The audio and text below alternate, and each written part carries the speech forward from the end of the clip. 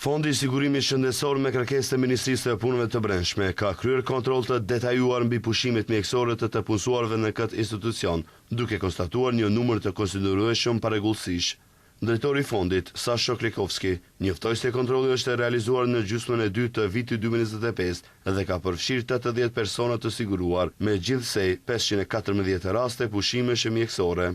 Nga këto, ai tha se 258 raste kanë zgjatur deri në 7 ditë, 171 deri në 15 ditë, ndërsa 83 raste kanë qenë me kohë zgjatje prej 30 ditësh ose më shumë.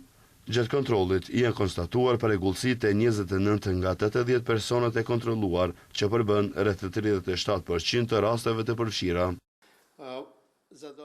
Këta 29 persona kanë shfrytzuar gjithsej 236 pushime mjekësore, prej të cilave 100 janë vlerësuar si të lëshuara në mënyrë të parregullt, ndërsa 136 kanë qenë të rregullta. Kjo do të thotë se parregullësia janë konstatuar në 100 nga gjithsej 514 pushime mjekësore, përkatësisht rreth 19.5% e numrit të përgjithshëm të pushimeve të kontrolluara. Për të gjitha parregullësitë e konstatuara, Klekovski tha se janë në zhvillim procedura për vendosjen e gjobave në një shumë totale prej 1.2 milion denarësh. Ky aktivitet i fondit është pjesë e kontrolleve të shtuara mbi pushimet mjekësore në sektorin publik, ku vitet e fundit janë regjistruar dyshime të konsiderueshme për abuzime me sistemin e paaftësisë së përkohshme për punë.